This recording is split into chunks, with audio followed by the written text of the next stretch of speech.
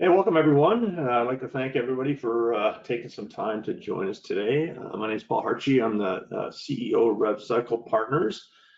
First, I'd like to thank the RevolutionEHR team for providing us the opportunity to present webinars to their user base. We appreciate our history with Rev and partnership with Rev, and enjoy working with all of the Rev users. Some logistics before we get going. As usual with webinars, everyone is muted.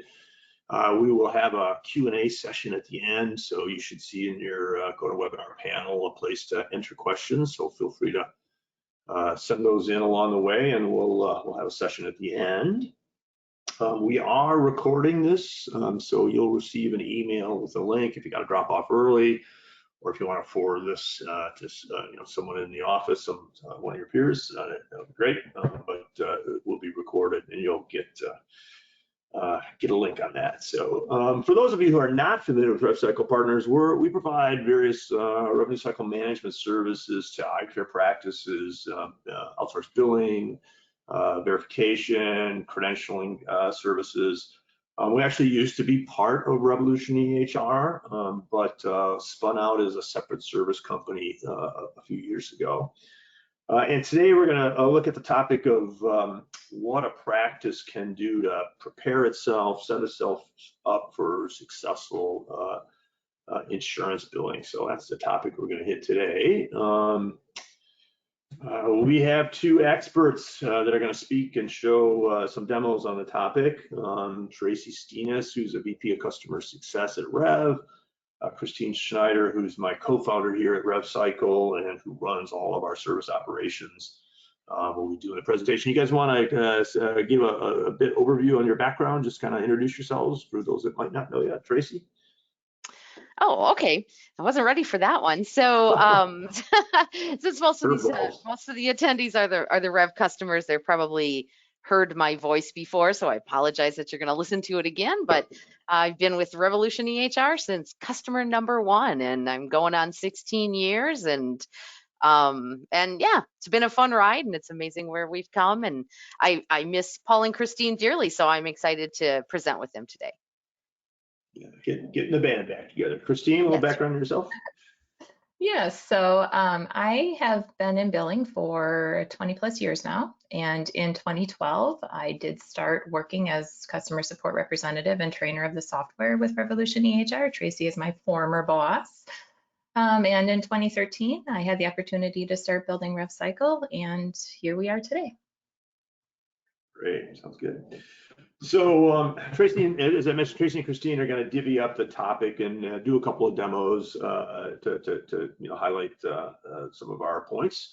But before we dig into that level of detail, let me start the conversation with a couple of high-level questions. So Tracy, what's the one message you'd send to the Rev user base regarding proper preparation for insurance in their practice? What's the key thing for a practice to focus on? Information.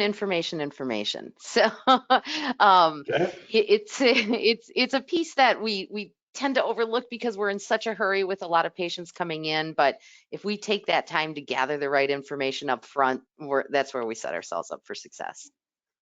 Okay, sounds good. We'll see that in the demos. And Christine, you're going to talk to our verification service that RevCycle provides. Can you kind of highlight the importance of a practice putting some processes in place and effort in place around eligibility and benefits verification?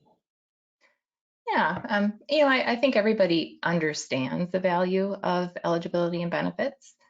It's an opportunity to show the patient the information you found regarding their insurance benefits, collect the proper amounts due at the time of service. I think we all know the pain of trying to get money from patients after the fact, not to mention the additional cost to have staff chase that money.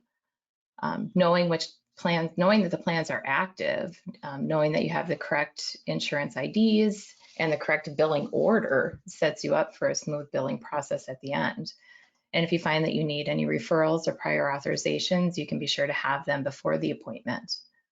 There's also finding vision riders inside of a medical benefit or vision plans that a patient may not have been aware of.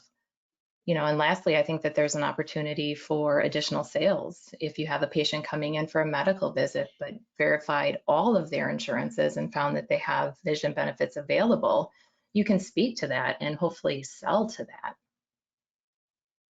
Good, sounds good. All right, with that, let's dig in some details and pass this over to Tracy for a demo.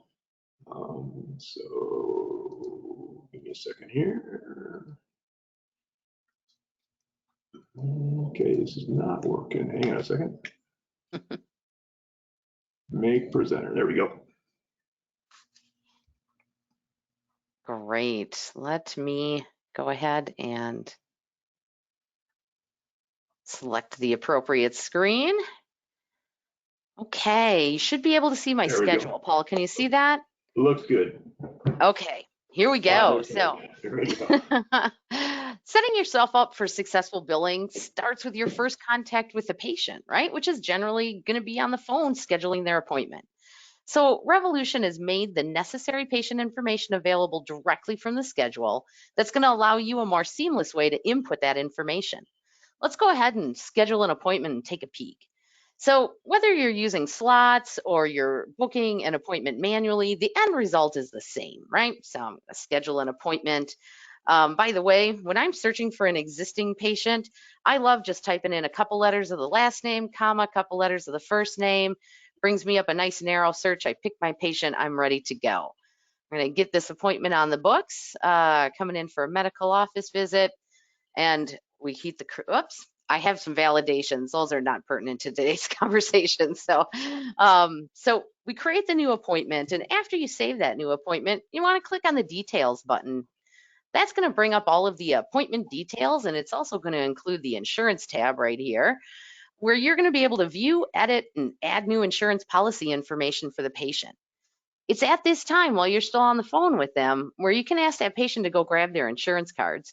I know the patient care coordinators listening in are thinking to themselves, Tracy, you're crazy. Patients are going to be annoyed. They don't want to do it, but your patients will adapt to your processes if they understand the reasoning behind them. Here's where you can say, hey, Mrs. Smith, I would like to verify all of your insurance information at this time, so we're completely prepared when you arrive for your appointment. We don't want to create any delays on the day of your appointment trying to track down missing information or finding out at the last minute there's an eligibility issue. And much to Christine's comment earlier, which I didn't even think about, this is also, a way that you might find benefits they didn't even know they had available. So if the patient has existing information, obviously you just click on the policy, it pops open the details, edit whatever you need as you're talking to them, go ahead and save, good to go. Now, if the patient has insurance that you don't have listed, this is your opportunity to get it into the system ahead of time so that eligibility can be checked long before that patient arrives. Just use the plus button to start a new policy. Now, this begins with selecting the appropriate insurance company. Let me say this on behalf of all billers out there. Please do not add a new insurance company on the fly unless you're 100% positive that's appropriate. Even if you're a little unsure, pick something from the drop-down. It can always be edited later. I bet every biller on this webinar will tell you that insurance company lists get very messy very fast. Way too often I see lists of 20 different Aetnas or Blue Cross Blue Shields, and in the old days, a snail mail, there might have been that many mailing addresses, but in the days of electronic submission, it's much more common that every Aetna or every Blue Cross uses one payer ID, which means only one insurance company is needed. Your billers are the experts here. Always check with them first. They'll love you for that. Now, I'm sure everyone's familiar with the basic fields that are in this screen. We're not going to take time to go through each one of those. However, in addition to entering the basics, for efficiency purposes, try to gather some general copay or deductible information just at this top level. You'll be able to update this information when checking eligibility, but it's great to get it in there a little ahead of time if you can. And always remember to hit save. I'm just going to hit cancel because I don't have my information. Now, at this point, you've gathered all the necessary insurance information, but it has not been verified. Don't check this box yet, okay? So we've seen how to put this information in while we're booking that patient. Let's spend a little time kind of talking about things like policyholders. The first thing to understand is how family members work. Before someone can be set as a policyholder, they must first be associated as a family member, right? It doesn't matter what their role is in the family. Any family member can be a policyholder. It's also completely separate from the status of a guarantor. So let me go ahead and open up a patient file here so we can dig a little deeper and look at that information. So we can see where I got Bill. Bill's got a couple family members entered. And if we take a look at Bill's insurance, he's got a policy in here. And let's say that Pete is coming in. We don't have his insurance information in. Remember, we can do this from the schedule. I just wanted to go to the patient file so you could see it all. Notice I hyperlinked right to Pete's file by clicking on his name and the family members. And when I go to insurance and I go to add a policy for Pete, if the policy you are entering has a policyholder other than the patient or self, start there. Don't put any other information in. Start with your policyholder first. When you do that, and I go to family members and I say, yep, Bill's the policyholder and there's the insurance, it's going to auto-populate a whole bunch of information for you. No need to double enter all of this, right? The insurance company and priorities and policy number, group number, plan name, all of that pulled forward, even the general copay. The only thing I have to select is the relationship to the insured. Now, oftentimes policy number, or also known as member number, is unique to each family member. So you might have to do a little update there. That's it. We've got that insurance information entered and saved with the appropriate policyholder showing right there. Now, what if there's a patient file, an existing patient, but they're not associated as a family member when you create the policy? Let's go look at somebody who is part of this family, but as far as Rev is concerned, is not part of this family. We've got no family contacts. If we were going to enter the insurance information for Elizabeth, when we go to look up the policyholder, we have no family members. Got a couple of options, and sometimes people make mistakes with these buttons, so I wanted to take a moment to talk about them. We've got an add family member. We're going to talk about that in more detail in a little bit. That is only needed if you're creating a new patient file, and you'll see what I mean. Now, search patients would allow me to search for an existing patient who I could add as a family member, but we're not going to do that, and here's why. When we looked at Bill's file, remember, he was part of a family already. He already had Pete and somebody else in his family. If we added Bill to Elizabeth at this point, what we're telling Revolution is, hey, Bill wants to be part of a new family. Take him out of his old family, put him in this new family. People make that mistake all the time. So I always want to make sure that people understand, well, yes, you can add a family member on the fly. If that person already has a family, what you need to do is go back to one of the patient files for the existing family, and then you're going to add Elizabeth as a family member. Then you can proceed and enter her insurance just like we did with Pete's. Okay? So now, there was also that add family member button. Probably wondering what that's for. Well, add family member is actually how you can quickly create new patient files, associate those patients as family members, and set the policyholder all in the same step. So let's set up the scenario. I'm on the phone. I got a mom on the phone. She wants to come in for an exam. Both her kids need exams. They're going to be new to the office. So I got a lot of data entry ahead of me, right? I got to create 3 new patient files. I got to enter insurance for 3 people. I got to get their appointments on the books. Here's your tip. Always start with the policyholder. Book the appointment for the policyholder first. Don't go put them in the system. Don't go do anything. I use slots, so I'm going to click on my slot and book an appointment. Now remember, we said this is a new patient, so we can't search for them. We're going to add the new patient. So we go ahead, and I am not very creative with my pretend name. So Mom RevEHR she is. I'm just going to go ahead and throw in the required information. I'm sure in your office you have a process where you look through the, or you have your specific required fields. I have some odd required fields set on mine, so I'll go ahead and fill those in.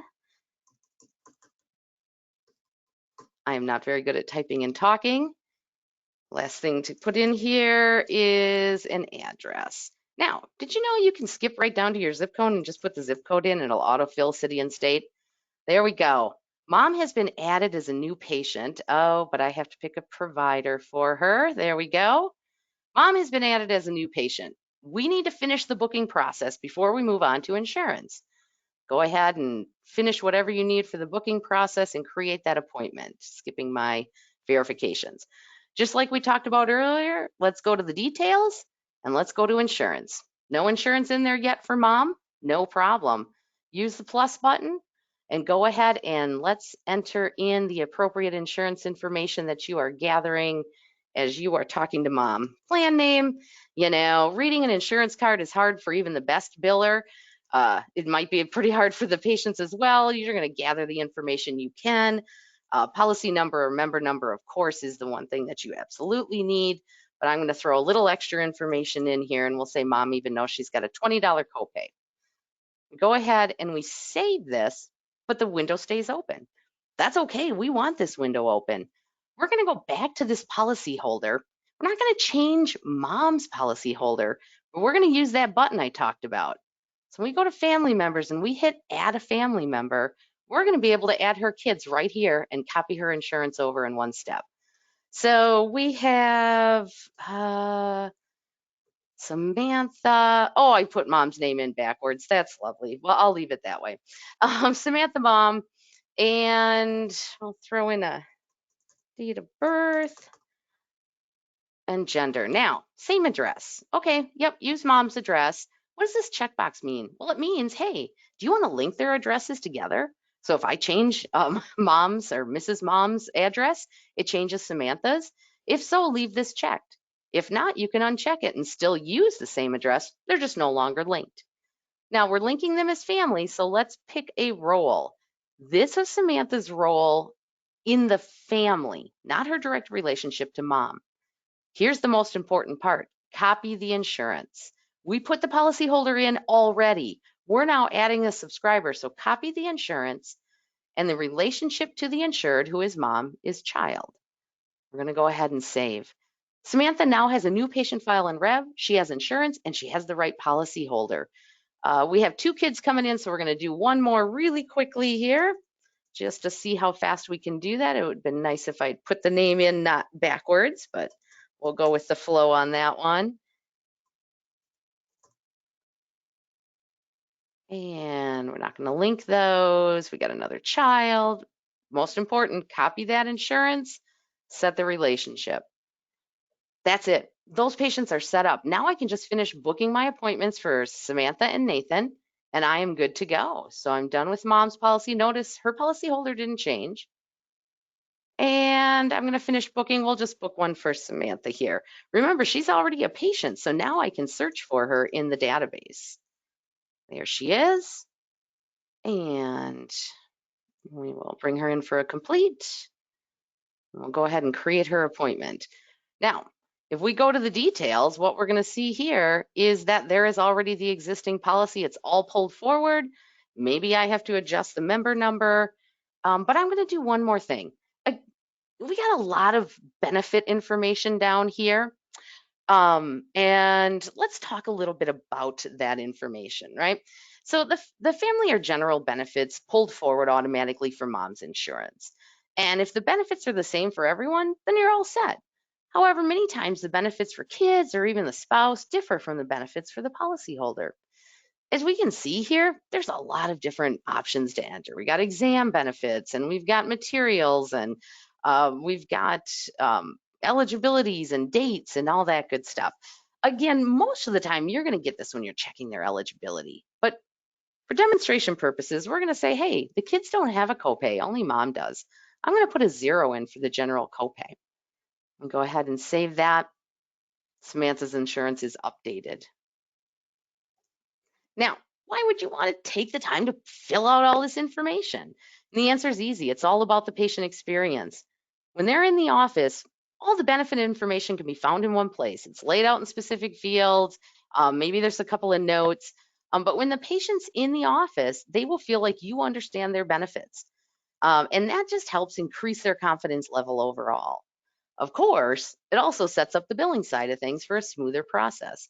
The appropriate copays are going to be collected up front. It leads to less patient billing after the exam, easier payment posting when the insurance payment comes in, because everything matches what was expected.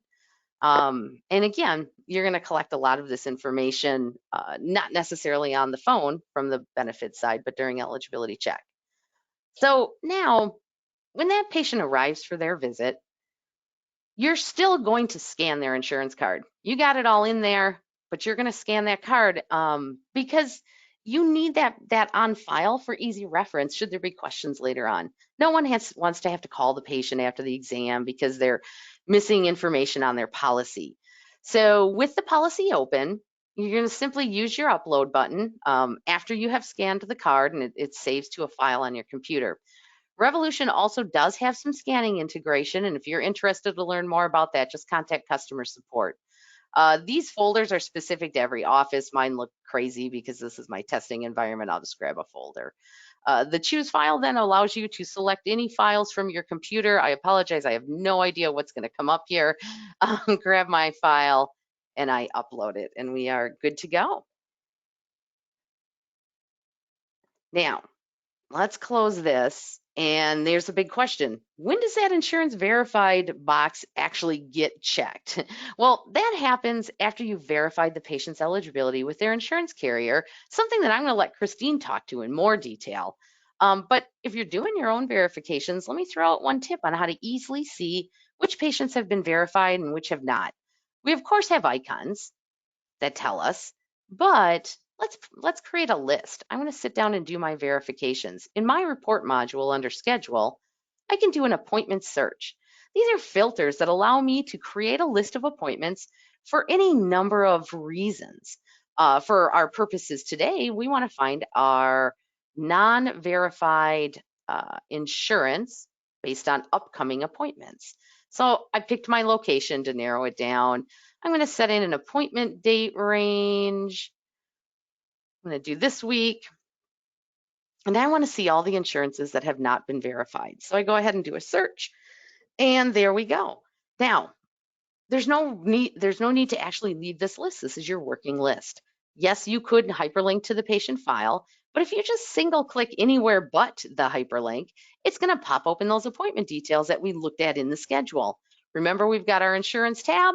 We can open it, do our verifications, do whatever we need to do, call patient, call insurance, and when we're done, we're going to mark this insurance as verified. We're going to say it's valid.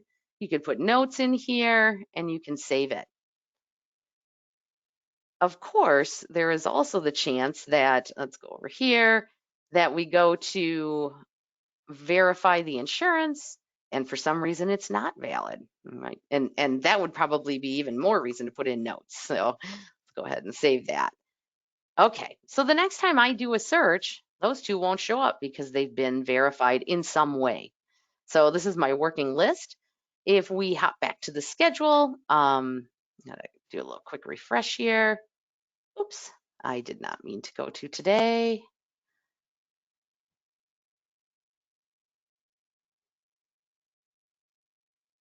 There we go. And we can see now that my icons have been updated. So use the list, use the icons, either way. Now, one last thing for you before I give this back over to Christine is even in the paperless age, I often see offices that like to simply have a piece of paper that follows the patient through the office. Now, if you're one of those practices, we have created a patient summary that can be printed at the beginning of the day for everybody on the schedule. And let's see what that looks like for today. So we go here and we say print patient information. I'll make that a little bit bigger for you. And we can see that we have a separate page for every patient coming in. Hop down to moms, got some basic information, but most importantly, we've got the insurance information. We can see who the policy is, who the policy holder is, what her copay is. I've got it sitting there. Now, if we hop down to Samantha, we've got the same information, but if you remember, when we saved Samantha's insurance, we said, hey, in the individual benefits, we know Samantha or the children don't have a copay. So for Samantha, it shows me a 0 copay because that pulled forward. So lots of information today. As always, if you need advice, you need information, just contact customer support. But with that, Paul, I'm going to turn it back over to you and Christine. All right, Tracy, thank you for all great tips and details. Let me grab this back here. All right. Thanks again, Tracy. And just a reminder for everyone, we're going to do a Q&A at the end. So if you got a lot of detailed questions about the who's and what's and the linking of family members, feel free to put them in now, and we'll get to them. We'll grill Tracy at the end of the webinar. So. With that, let's switch over to the verification topic. Again, just a quick overview for those of you that don't know RevCycle. We're a outsourced services vendor, RCM vendor focused solely on eye care. And probably the best way at a high level to think about us is an extension of your team. We can take on different tasks that, for various reasons, are not, to focus on, that we can take on so that you don't have to do it in the office, whether it be for staff resource issues or staff focus issues or whatever. And one of those services is our We Verify service. So Christine, I'll hand it over to you to maybe talk through the service, and then we'll give you the control for a demo. Yeah. Perfect. So just speaking a little bit to the bullets that are displayed about the service. So, when we're talking dedicated resource, I mean, every office has good intentions of, getting this work done, but the reality is staff gets pulled away so often. And, when you have a dedicated resource, it just ensures that the process is being completed, and it gives you back the time to focus on the patient care or other needs in the office. We do verify, or excuse me, we do guarantee that we will have your schedule verified 2 days ahead of time. That is our minimum guarantee. Oftentimes the team is ahead by 3, 4, 5 days, sometimes more if they're able to get worked out further. We do verify all of the insurance information. So if a patient has 3 policies or 5 policies, we will get the details for both medical and vision for every single one of those payers. We do check for plans that the patient might not know. Are we going to catch everything? No, but we will ask the questions when we have the insurance on the phone. Is there a vision rider that's associated with the medical benefit? Is there some allowance for a routine exam or potentially materials? We do build libraries of association for our customers. As we get familiar with the plans and the employers that they're seeing, we can begin to identify vision plans that are associated with those particular employers or payers. We do use the same script and format so that the information displayed is the same from patient to patient. So there's, no deviation of, well, what does this mean, or what am I looking at? You're going to see, the same display from patient to patient on the schedule. All right, thanks, Christina, for the overview. Let me send the control over to you, if you got it. Okay. Make sure that I'm doing the right screen here as Tracy. All right. Got it. All right. So I have set up 5 different scenarios of how our service works, but more importantly, how you will see information for the service. So starting with our first patient on the schedule and using the list that Tracy showed you, this is a great way to knock out what you need to do without clicking individual appointments on the schedule and perhaps losing your place of where you were. So the first patient, Grasshopper, when I click on his details to bring up, this is going to be just what I consider a normal verification. We would go to the insurance here and see that we have Blue Cross for medical and VSP for vision. Going ahead and saying that this patient we found out has no routine vision coverage on the plan. They have a $20 copay. They have a $35 specialist copay. They have a deductible and a coinsurance. So we will go ahead. We will put in the details of the copays. We will put in the details of the deductible, and we will put in the coinsurance for that patient. We will then copy and paste script of the details to the patient benefits tab, and it will look like this. So the data verification, the payer, the specialist who has done your verification, and it lists out exactly the details that I had just said. Go ahead and save and close. Now I'm going to go to the details box and actually paste the information here as well. The reason that we do this in this section is so when the patient comes to check in for their appointment, the front desk person can talk to the patient about their expected copays or answer any questions that the patient may have about their insurance or the details that you found out. Going back to VSP, here's where we're going to get a lot more detailed inside of this screen because there's so many more fields that we can populate and give you information for. In this scenario that I am setting up, the patient's not eligible for their materials. So I am going to go through, put in our routine copay. They would have a material copay of $20 if they were eligible for that. They would have a frame allowance of $150, contact lens benefit of $120. I would put the authorization number that was obtained for the exam there, the authorization date of the verification we would enter in. We would let you know that, nope, not eligible for that, but they are eligible for these two services. We would reset the information, typing in when they would next be eligible so that you would be able to see that information as well. And we would also upload a copy of their patient benefits for VSP so that you would have the option sheet to be able to look at the details if they were purchasing glasses or just to be able to see what the patient was truly eligible for at the data service. So you would be able to look here and then click on the preview and you would get an example of the detail that would be in there. Of course, I can't have a real VSP authorization in here for HIPAA reasons, so you get a pretty picture of an eyeball.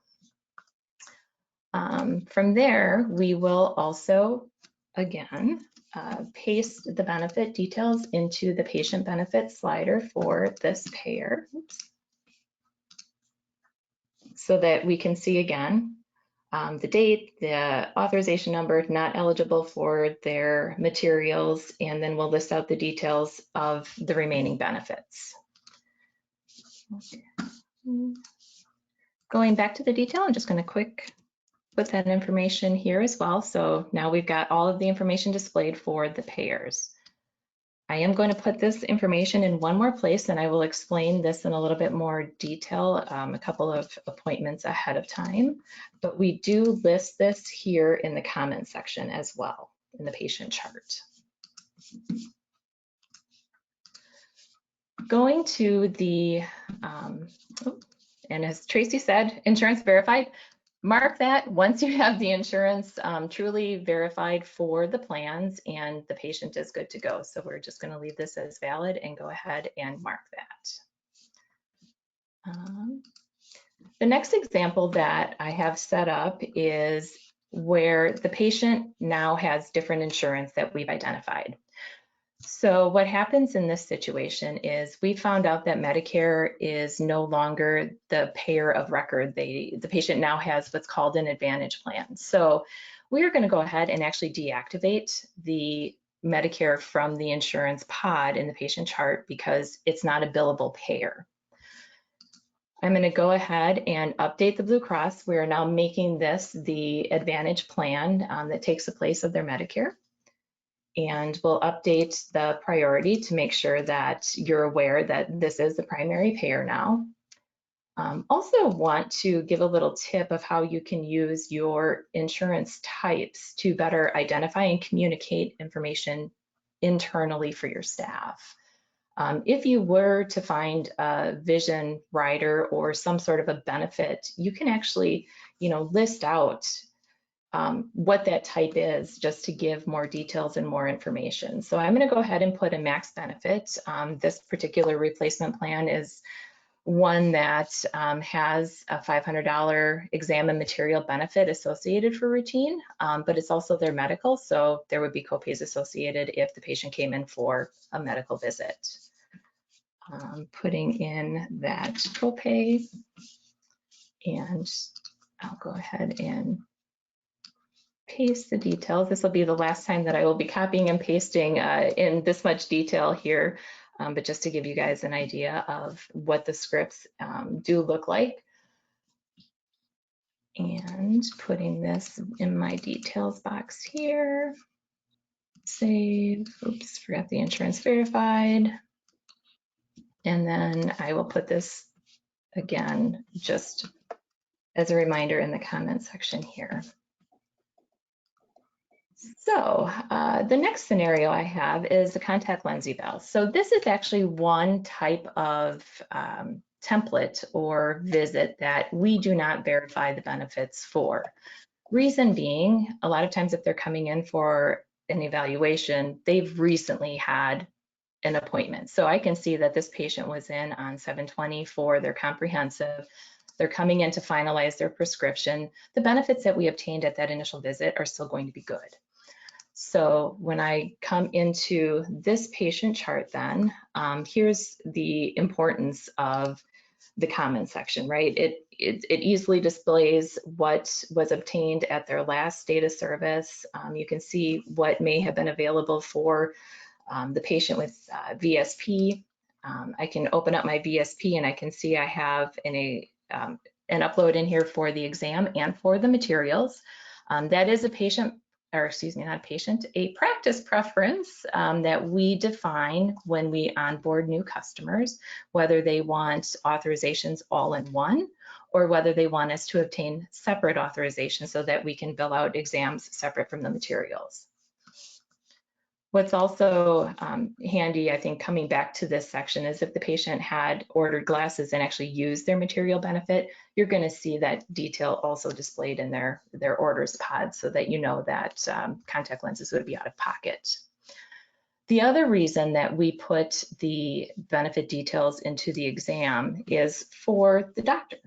If the doctor just wants a quick reference of what the patient has for insurance to be able to see what's available or what type of plans that they have, if they click into the insurance inside of the exam area check-in, they're going to be able to also see that information displayed here. One last thing to note inside of the appointment history, if you click on the appointment itself, you're going to always also have a historical view of the details that were added to the appointment details of that day. So as things change with insurance, maybe they get a new plan later on in the year and you want to see what those original benefits were, going back to that last appointment will always show you that information. The last two scenarios that I have, this one is one where the patient no longer has active insurance. So we've found out that Blue Cross is no longer active. The process that we go through at this point is to go to the patient chart. We will look for anything scanned into the patient chart for new insurance card. We find fairly often that offices forget to update the insurance in the chart, but they will have a new card scanned in, so we can go ahead and just update the chart if it's available. The other thing that we will do is if there is a family member associated to the patient, we will click into their chart. We'll look to see, have they been in recently? Do they have different insurance? And do they have something scanned into their record? If they don't, we will go ahead then and mark this as deactivated, and we will mark this as invalid. So we'll put a comment in here, Blue Cross Blue Shield no longer active, need new insurance. Oops.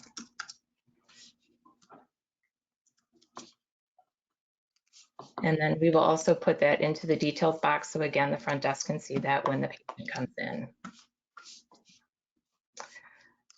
The final scenario that I have is one where we find out the patient needs a prior approval or they need a referral in order to come in to see the doctor for this visit.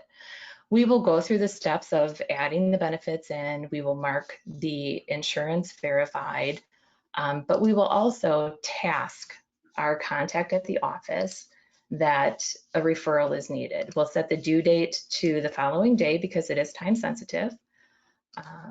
We will put the priority as high, and we will just let them know needs a referral for medical, and go ahead and send that off just so that we are notifying that that's needed prior to the visit.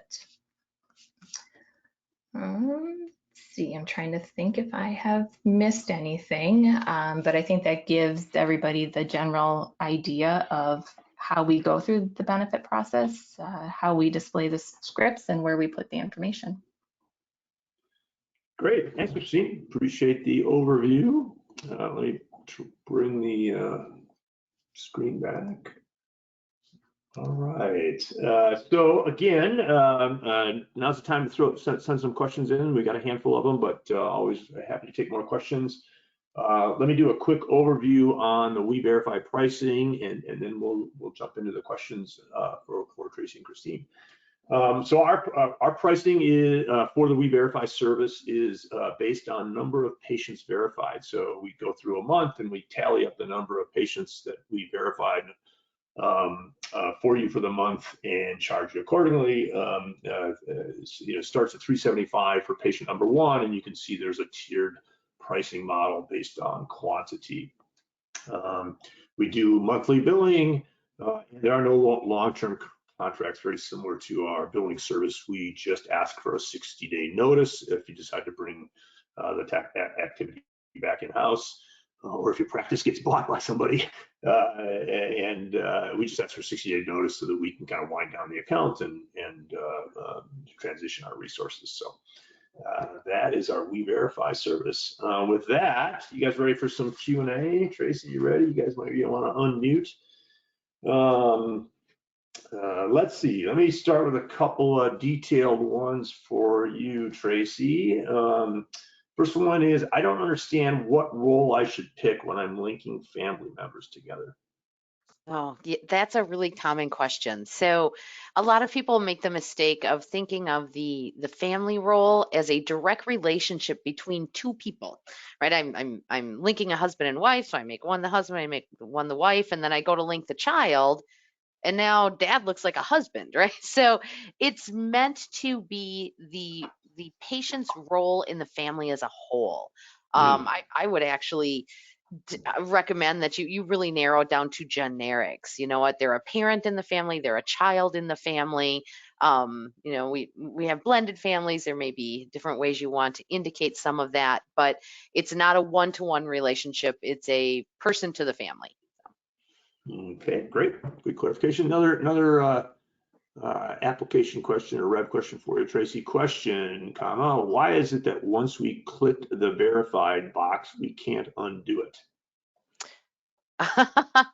Maybe that's a feature request. Honestly, I thought it was it wasn't. Okay, it is a feature request. Honestly, I actually thought that recently came out in a release, so I'm embarrassed to say that it hasn't yet. But yes, lots of people would love to edit the verification. We've heard you all, and it's actually in our development queue right now.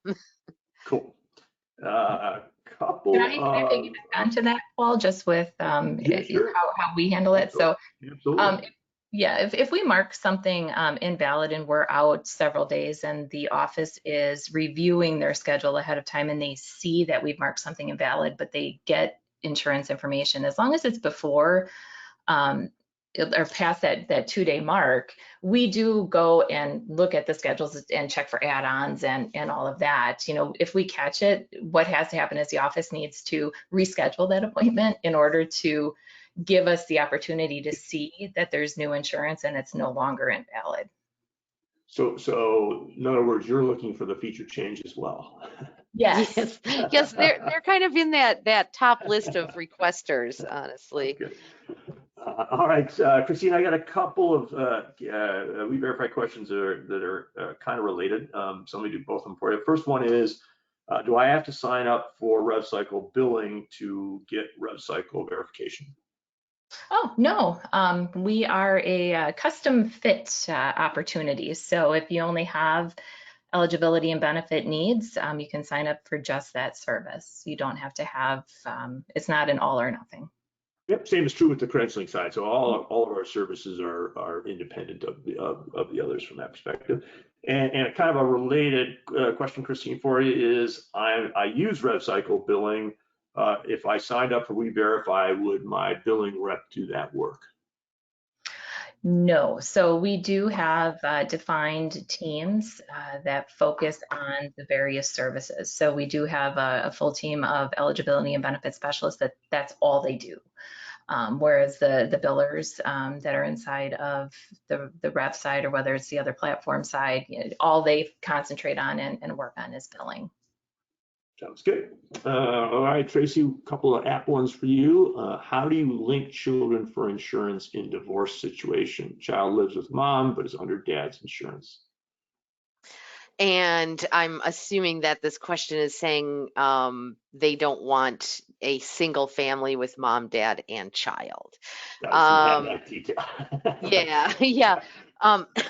So if mom and dad are both patients in the system, but you don't want them in a single family, that's where you could use the contacts area. So if you're in a patient file and you see it's actually called family members and contacts. Family members are a way to link patient files together. Contacts is a way to enter information for a guarantor or a policy holder that's really just information, right? I could put dad's information in there as a contact and then use that to set that information as a policy holder. Hopefully that made sense. Got it. Christine, back on We-Verify. Let me make sure I got this right here. How would we notify you of emergency patients or same-day appointments? So we verify the schedule 2 days ahead of time. So realistically, the office is responsible for anything prior to that 2 days. So if something comes in this morning that is coming in, scheduled for this afternoon, the office would hold the responsibility to doing that verification. Got it. Tracy, here's one. Is there a way to see if patients have a balance from that schedule report without having to go into the actual account? From the appointment view, it will not display balance information. I don't know if that's a request. Send that in to customer support if that's something that you actually can give us like a valid usage situation for. You would have to hit the hyperlink to the patient file, which on the patient's dashboard, you will see the balances. So one click to get there. Sounds good. And one last question. So if anybody has, there's an opportunity to type one more in. But the last question we have on the list is, how would I, wrong one, sorry. Oh, here it is, sorry, I already did that one. What happens if a patient reschedules? Are we charged twice for the verification? Oh, great question. So the answer is no, but maybe. If a patient is rescheduling within a couple of weeks, we do weed out the duplicates in that situation. We will only charge once. Now, if the patient is rescheduling out into a new month or further out than a few weeks, then yes, we would charge twice for the verification because some plans, like Medicaid plans, are month-to-month eligibility. So we want to make sure that we're checking for that and getting the most accurate information at that point. Perfect, thanks. Well, we're at 50 minutes, so I think we will call it a wrap. Tracy, thanks so much for joining us. It was great to have you on. And to the Rev team, thanks for letting us do these webinars. Christine, thanks as always for your expertise. I've got some contact information up here to reach out to any of us. As I said, you'll get an email with a link to a recording, so you can always reply to that if you have specific questions or want some more information about our services. So with that, thanks again for everybody for joining us. Tracy, Christine, thanks a lot. Thanks for inviting me. Bye. Bye.